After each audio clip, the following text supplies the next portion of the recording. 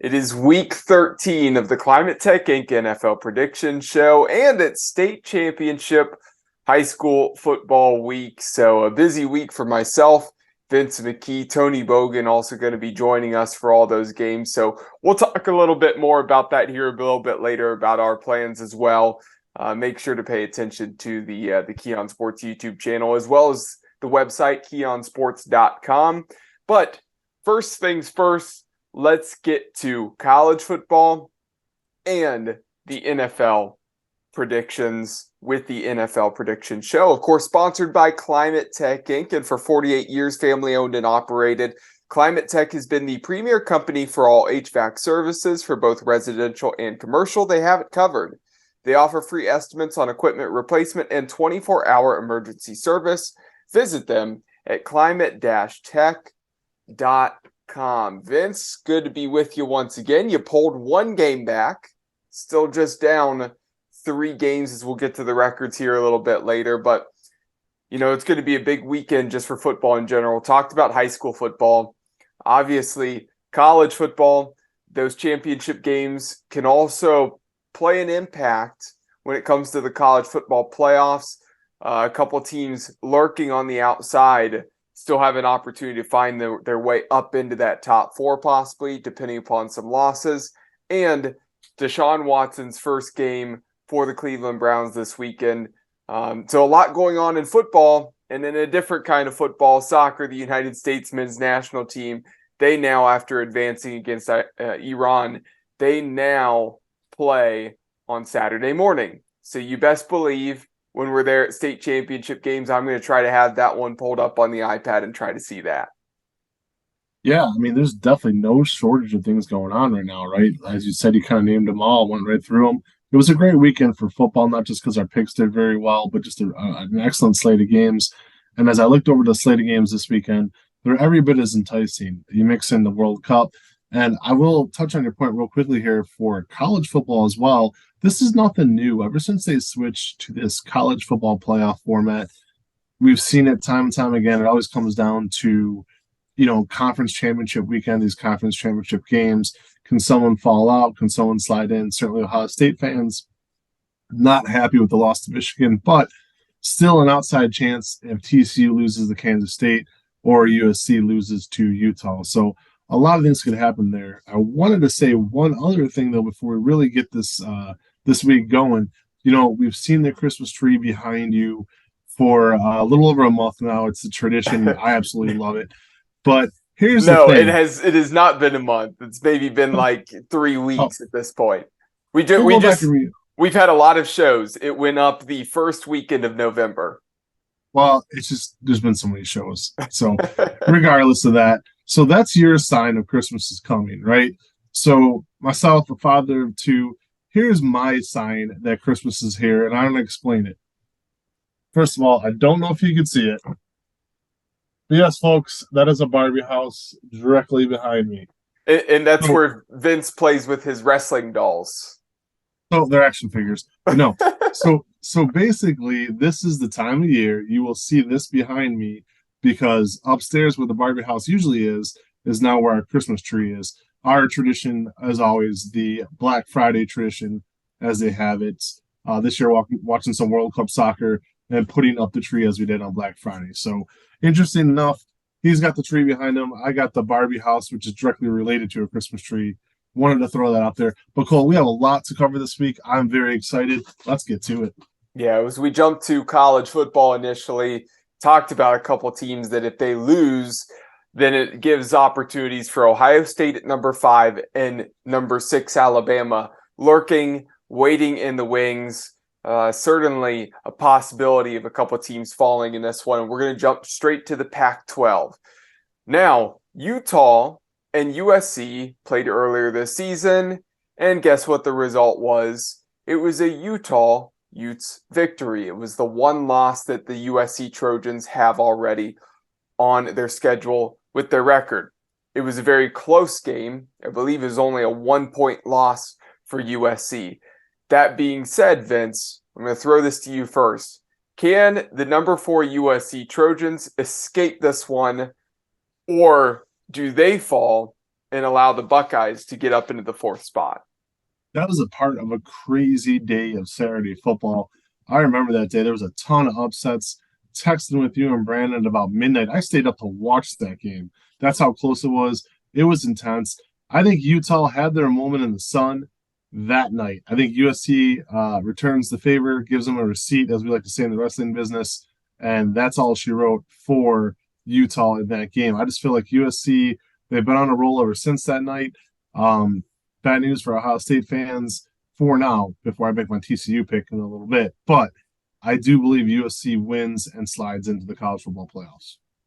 Well, USC would be fun to watch because of Caleb Williams, because of Jordan Addison, some of the good receivers they have in combination with Caleb Williams.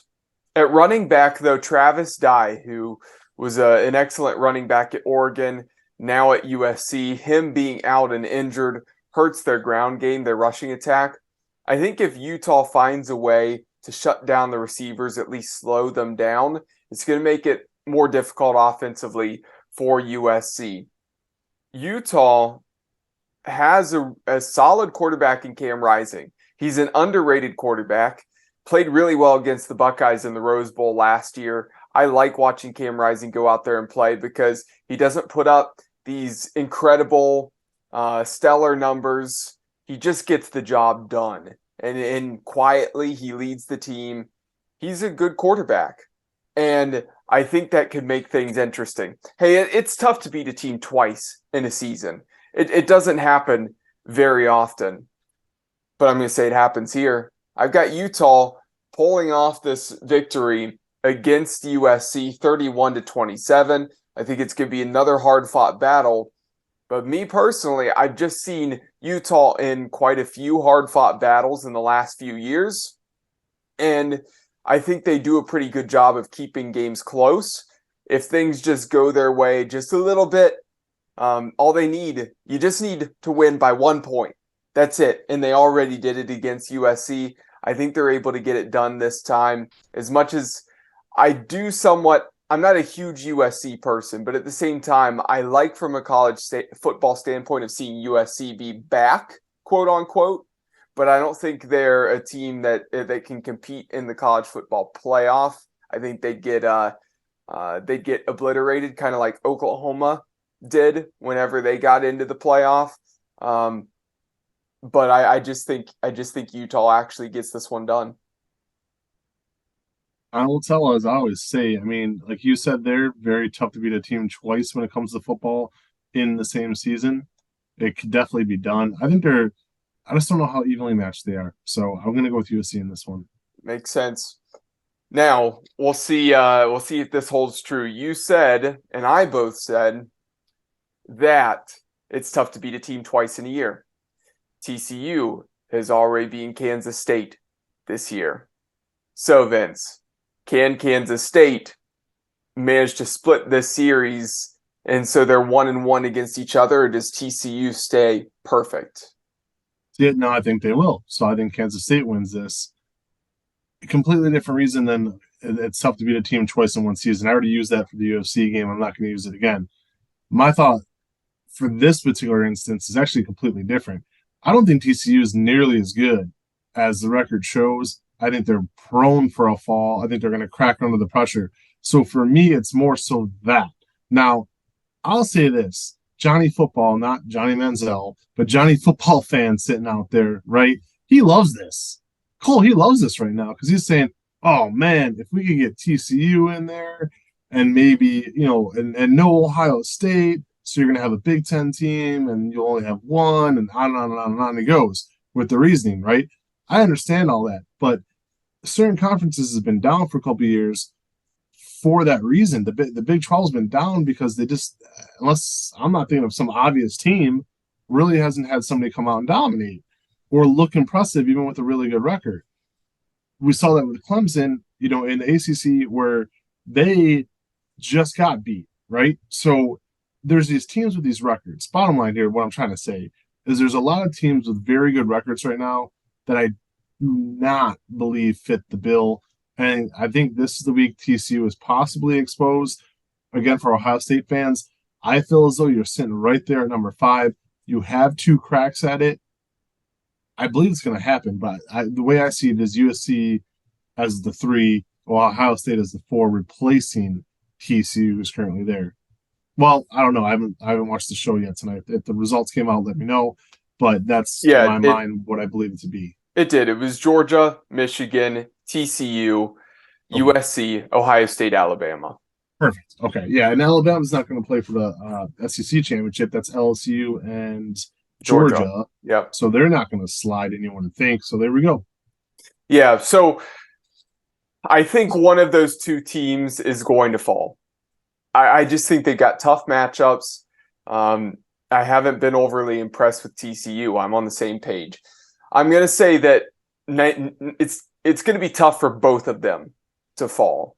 The odds aren't, I guess, in the favor of that happening. So I'm going to say TCU comes away with this win just because, they've been skating by. I've probably been more impressed with USC than TCU. I know it sounds funny enough because I picked Utah to beat USC. But TCU hit the right stride at the right time. They smashed Iowa State this past week. And they put up, I think, 63 points. So they got the offense really clicking. They're putting up points when they needed to put up points. And for that reason, I have them beating Kansas State 34-28. I mean, I've picked against Kansas State a few times this year. I picked Texas in that game. Those 2 teams went up against each other the following week after Kansas State obliterated Oklahoma State. So I just have seen the ups and downs of Kansas State. I don't have trust in them to be consistent, at least. So that's why I'm going with the Horned Frogs here in this one. But certainly, like I said, I would probably prefer to see USC win and TCU be the one that loses. But at the same time, I don't trust the committee to then immediately drop TCU out if it's a close game. If they lose by a point, I could see the committee maybe pulling something of, Ohio State or TCU. I would say TCU would need to be the one that drops. Ohio State goes above because, again, it was Michigan. But, hey, that's just me. It's probably safest for Buckeye fans if USC is the one that loses. But, I mean, you put yourself in a position where it's not up to you to decide things. You put destiny in other people's hands. Well, you're looking at possible chaos, too. So, the third game, I'm picking Georgia. I'll just say it. But let's say Georgia loses, right? So now you have a 1-loss Georgia, 2-loss LSU. If it goes down my way, which I think it's going to happen again, a 1-loss USC, a 1-loss TCU, a 1-loss Ohio State. Total bedlam. Hate to say it, but at that point, Michigan's the number 1 team in the country. If all that, again, happens the way it's supposed to. We'll see how that all shakes out. Again, that being said, I do agree with you when you said it would be better for USC to lose and have the 2 losses, TCU just to have the 1 loss. If they both lose, then obviously there you go. So, as I always say, we'll see what happens. But I love me some chaos. If this becomes chaotic and me and you are sitting in the Tom Benson Hall of Fame Stadium just score tracking, I'm sorry, man, but I think that's going to be a lot of fun. Yeah. Saturday night's going to be a blast. However it plays out, I'm excited. It will. And you and I are on the same page, it sounds like, with the SEC championship game. Georgia should take care of business. They should win that. The reason I think they're gonna crush them. I'll run them off. I think they're gonna win by 3 touchdowns. Okay, wow. I mean, I have 24-13. I think it's going to be a little bit more of a defensive battle, but I think it's still, despite the score line, I think it's going to be dominant for Georgia defensively. LSU's not going to be able to do much against them. So that's my thinking there. So as much as I think that's what's going to happen for me, if everything plays out, I think it would end up being Georgia 1, Michigan 2, TCU 3, Ohio State 4. If USC falls like I have it. Me personally, what I think would be so interesting, I kind of like that Alabama's not going to be in it, but Alabama always has things fall their way. Now, if it falls Alabama's way, then it's helping Ohio State out, which I can't complain this year. But couldn't you just see TCU and USC both falling in just pure mayhem? You see Georgia 1, Michigan 2, Ohio State 3, the argument between one-loss TCU and two-loss Alabama comes to play. They put Alabama up in so that 1-4 is Georgia versus Alabama, 2 and 3 is Michigan versus Ohio State, and then it's SEC, Big Ten in that championship game. The writing almost feels on the wall for the college football playoffs to make a ton of money and have an interesting storyline. And that's how it always seems to work out. So we'll see. We'll see. I mean, I'll be happy if Ohio State can get in there. If they don't, they don't. That's their own fault. But at the same time, I just have that feeling that as much as even though I'm picking TCU and going against USC, I wouldn't be shocked if Ohio State and Alabama both end up in there, and it's Big Ten and SEC, battling it out to see who can get to the national championship game.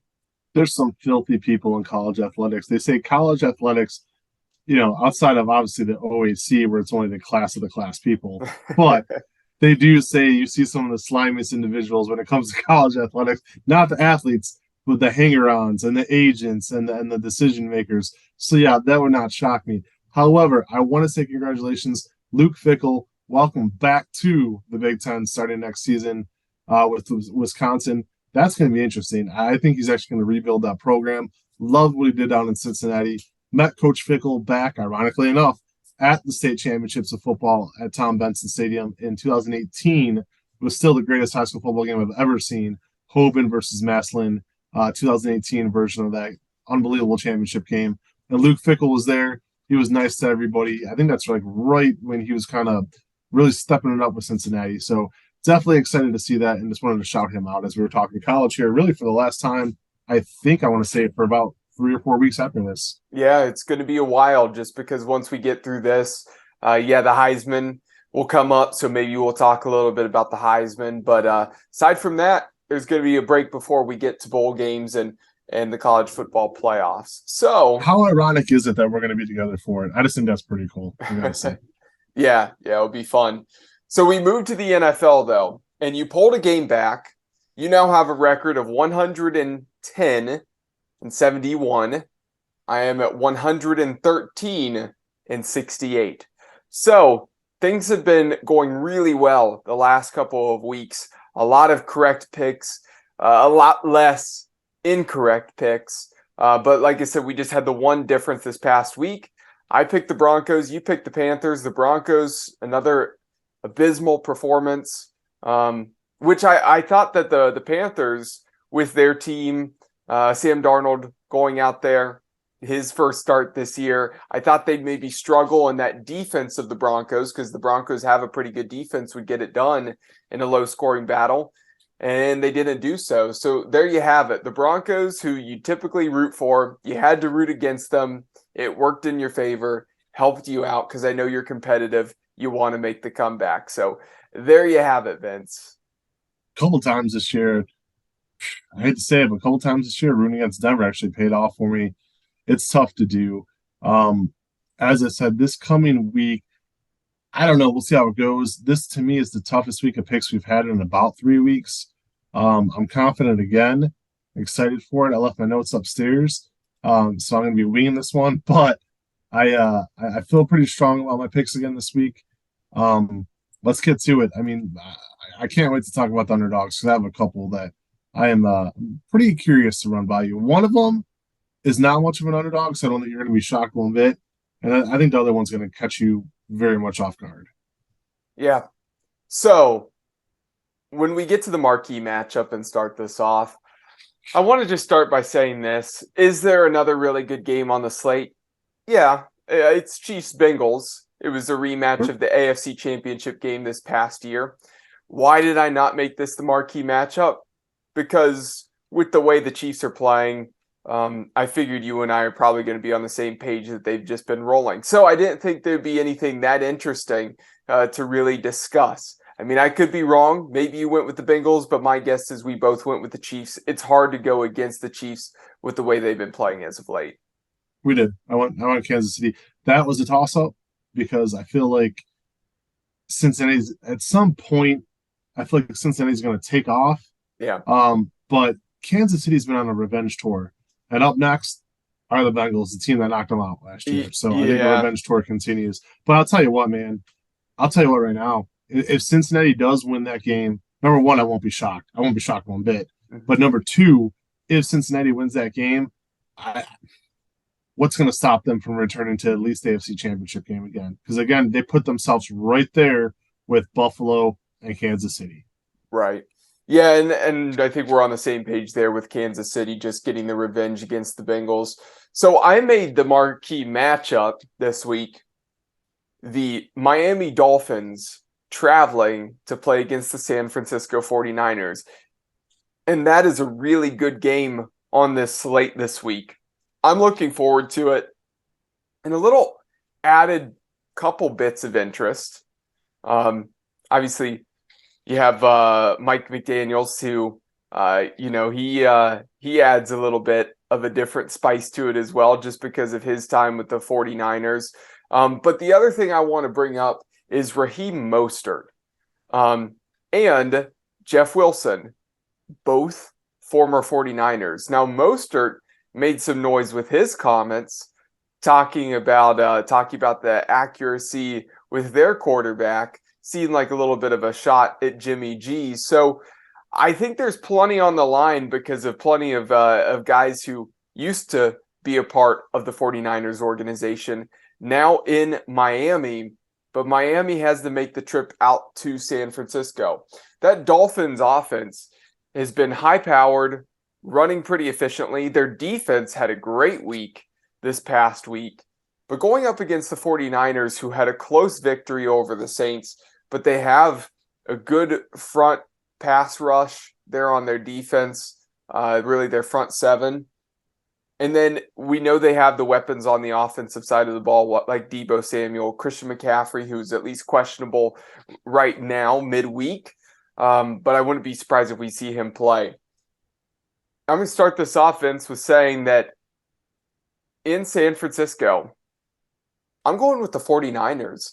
I just feel like this is the week for the San Francisco 49ers to really get the win here. And Miami's not going to put the money where their mouth is this week. I think they're talking a little bit too much, and I haven't heard too much from the San Francisco 49ers. I think they're going to stay focused, put their head down, get the victory. This in no regards has anything to do with Miami's not as good as what they actually are. We're going to see them in the playoffs. I think they got a chance to make some noise. But I just think this is the week for the 49ers to get wins against guys they're really going to want to beat. Yeah, I agree with you on this one for a couple of reasons. These teams very evenly matched. However, when you have teams like this, I really look at three things: defense, coaching, quarterback. That's three. Who wins two of those three, right? But to me, this is a clean sweep for the San Francisco 49ers. I believe they're better coached, and that's no knock on McDaniels because I think he's actually going to be pretty darn good. I think the Dolphins are going to be much improved the next couple of years as we've already seen. Tua, I still don't know what to think. I was the first one. I don't want to use the word bash, but I never really thought it was going to be that good coming out of college. Kind of surprised with what we've seen so far this season. Obviously, Jalen Waddle, Tyreek Hill, that helps a ton. But then defense, right? Defense to me is so important when the games are this close, as you have in a marquee matchup like this. San Francisco coming off a shutout, finally kind of flexing that muscle that I've been expecting from them all season long.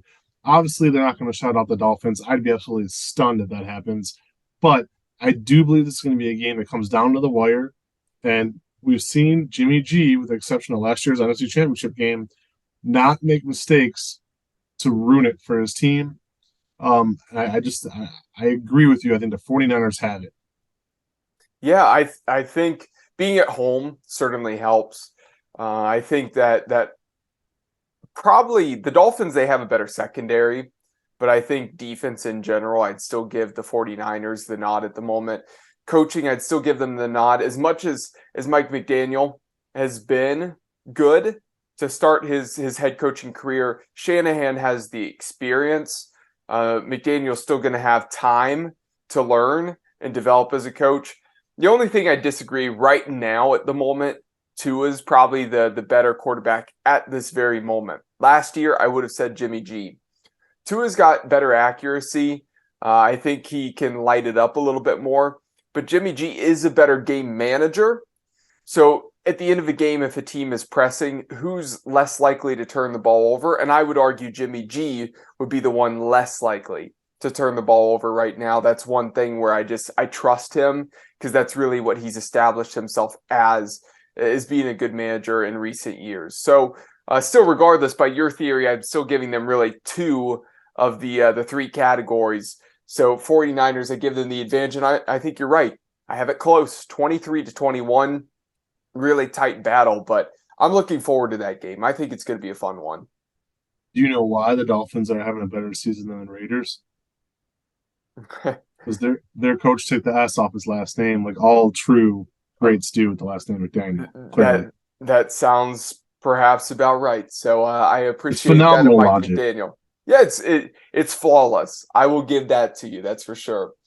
Now we move to Sunday Night Football, and the Colts are on Sunday Night Football, prime time, 2 weeks in a row.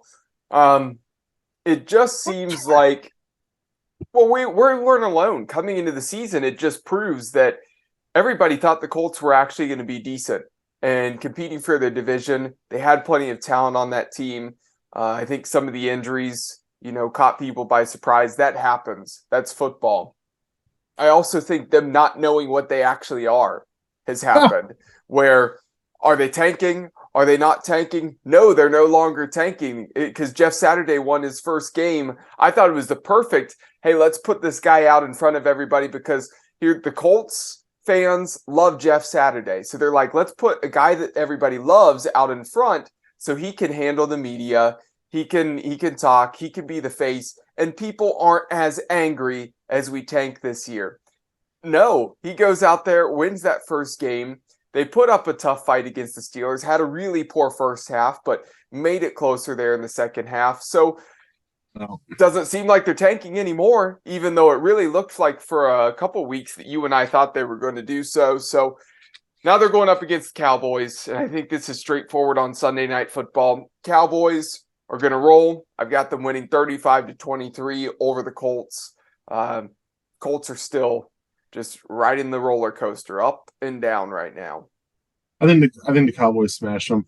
It's irritating to me because, as you said, coming into the season, we were both so high on the Colts, right? We had them right up there with the Chargers and just underneath Kansas City, Buffalo, and Cincinnati. I think if you would ask most people, that would probably, in a moment of honesty, would have been their top five. It was for us. And the frustrating thing is that even the last 2 weeks, they've had chances to win and absolutely blown it. Last night, I was watching that game. Listen, it's not easy to be a head coach of a football team. I understand all that. I get it.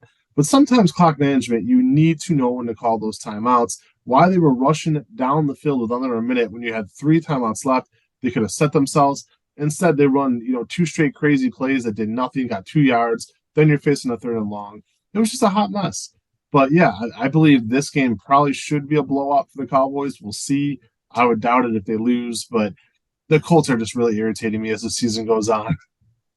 Yeah, I mean, it almost made so much sense for them to tank. We're talking about some of the teams that have potential of getting a top quarterback. Well, the Panthers, they just won. The Raiders have started stringing wins together. Like, teams that honestly, now I like Derek Carr, don't get me wrong, but I just feel like the writing's on the wall that the Raiders are going to move on from him, and then they need a new quarterback at some point. That's just how I feel there. So I'm just surprised these teams that honestly have a shot just keep on winning. And I think that Stroud and Bryce Young would be enticing enough for these teams. Really only the Texans seem to for sure have a shot at that there. So I'm just waiting for South. Yeah, I'm just waiting for Matt Ryan for this to be his last year. It's probably going to happen. He's been okay, but it's hard to be good when you're in and then you're out. New guy comes in, you're put back in. It's been a little bit tough for him. His offensive line hasn't been what the Colts offensive line has been in the past. He's struggled with getting sacked, especially earlier in the year. So Well, don't be surprised if Matt Ryan's gone at the end of this year. They bring in a new quarterback. And speaking of quarterbacks moving around, I remembered the question you had last week. The You Saints, asked, Matt Ryan to the Saints. no, you asked Russell what Wilson. quarterback would have Yeah, fit really well in Seattle's system. And it was Baker Mayfield. I was talking about Baker Mayfield going to the Seattle Seahawks in the but for offseason. some reason, I had it in my head that you had Russell Wilson go to the Saints, I but did. Russell Wilson to the Saints. And that's what it was. I had Okay, Baker Mayfield then replacing him in Seattle. right. And yeah, that's correct. That's how you had it. Yep. And look at the NFC South real quick, though, because we got a little bit extra time here. But the NFC South to me is so frustrating. All four teams absolutely stink, and it's like none of them. Okay, so Desmond Ridder should be starting in Atlanta, and he's not. That's ridiculous. But you still look at Tampa Bay. Tom Brady's going to retire allegedly. Hopefully, who knows? New Orleans. I'm sorry, they do not have an answering quarterback. Russell Yeah. Wilson would have been way better going there. And the other team, Carolina, they drafted a guy, but still, I don't think they know what they're doing either. So yeah, it's a hot mess. Well, they've had 3 quarterbacks start in Carolina this year, and none of them have been the guy that was drafted, Matt Corral, because he has been injured. So, yeah, it's a bit of a hot mess there in Carolina. Let's get to the upset picks, though, and I'm going to throw this one to you here first, because I picked the first 2 previously, and I know you're excited to talk about the upset picks. Who do you have on your slate for upset games this week? The thing, and I looked at the website and everything, and it has, and this is not going to be my pick. First of all, I'm going with the Detroit Lions. The Lions show as a 1-point underdog. I'm looking at it right now to Jacksonville, but I was going to pick them underdog favorite regardless. I don't care. To me, I believe Detroit right now is playing the better football and is the better team than Jacksonville. But that's not the game I want to talk about. My official upset pick, and I don't know if this is going to shock you or not. It probably won't. With the way my luck is, you probably have the same pick sitting there in front of you. I'm going with the Jets. For the first time all year long, I'm going with the Jets and to upset the Minnesota Vikings. On paper, it probably looks like I'm crazy, but when you look at the style of football they've been playing recently, the Jets probably should have beat New England. They had one bonehead play, cost them the game on special teams. Reverse that. Same thing happened to the Vikings in their favor, as New England last week had the bonehead play on special teams. So when you look at all that combined, also Minnesota's coming off the first win of Kirk Cousins' career on primetime television. Feel like there's going to be a bit of a letdown. They're so inconsistent for a team. Let me double check this record. I want to say, 9-2. For a 9-2 team to be this inconsistent and pulling out some of the games that they've had, this is a game I don't think the Jets should win, could win, whatever, but I'm going to pick them anyways. I think White is red hot as their quarterback. They need to stay with him. These guys want to play for him. The head coach knows what he's doing. It seems like he keeps these guys motivated. They're never out of a game. Look what they did with the Browns. There's a lot of reasons here. This is a very, very, in my opinion, risky pick, but I wanted to make this my upset special. I feel like this is the kind of season when it's the last thing you see coming is when it happens. Can't believe I'm saying this, but Jets over Vikings on the road. Well, New York is going to get it done. The New York Giants over the Washington Commanders. That's another one I was thinking about going with the Commanders, but go ahead. Yeah. The Minnesota Vikings, I think they win over the New York Jets. Just wanted to put a little bit of fear in you that in front of my face right now that we picked the same thing. No, we're on opposite pages there. Coming into the season, I had the Washington Commanders finishing with a better record than the New York Giants. I would have picked this game going in favor of the Commanders if this were previous earlier in the season. Commanders are putting together a decent season themselves as well. These two teams, very similar records. The reason I'm going with the Giants here is they're underdogs at home. I'm kind of shocked by that. I'm shocked that they're underdogs at home against this Commanders team. I think that they've won enough games that, maybe if they start to slide just a little bit, sure. But, I mean, it was a loss to the Cowboys on Thanksgiving Day. The Cowboys hardly ever lose on Thanksgiving Day, like we talked about. It just feels like tradition that the Lions lose and the Cowboys win on Thanksgiving Day. That's how you and I typically remember Thanksgiving. So I'm not going to hold that against the Giants there. I think they come back, they bounce back. It's just a time for them to bounce back against a division rival. I prefer seeing the Commanders win. I just think it's an opportunity for the Giants, and that's why I have them winning this game. Yeah, I mean, I picked Washington because the Giants' secondary is banged up. Mm-hmm. No other reason than that. Makes sense. Now, speaking of a secondary that has been a little bit banged up, Denzel Ward had been out for the Cleveland Browns, but he's been back. Played a pretty decent game, I thought, against the Tampa Bay Buccaneers. Martin Emerson played a really good game going up against Mike Evans, being physical with him. I just love the way that Emerson plays. And by the way, people really doubted him coming into the draft just because he only had one career college interception. Yeah, it's because nobody ever wanted to throw his way. I mean, he's physical, he's a lockdown corner, and he's proving it here in the league. Newsome, of course, he's been out with the concussion. Again, hope that he's back here soon. It's great when Newsome is back there and you can have Ward, Emerson, and then Newsome playing as that nickel. That's huge for your secondary. And we know that AJ Green is out now as well. So, but happy that Thomas Graham, little nickel corner who used to play at Oregon, he actually stepped up when Green went out. I thought he played quite well against the Buccaneers. They got the win. You and I were on the same page. We were right about that. Maybe didn't look good, especially even when that pass came out of the hand of Brissett.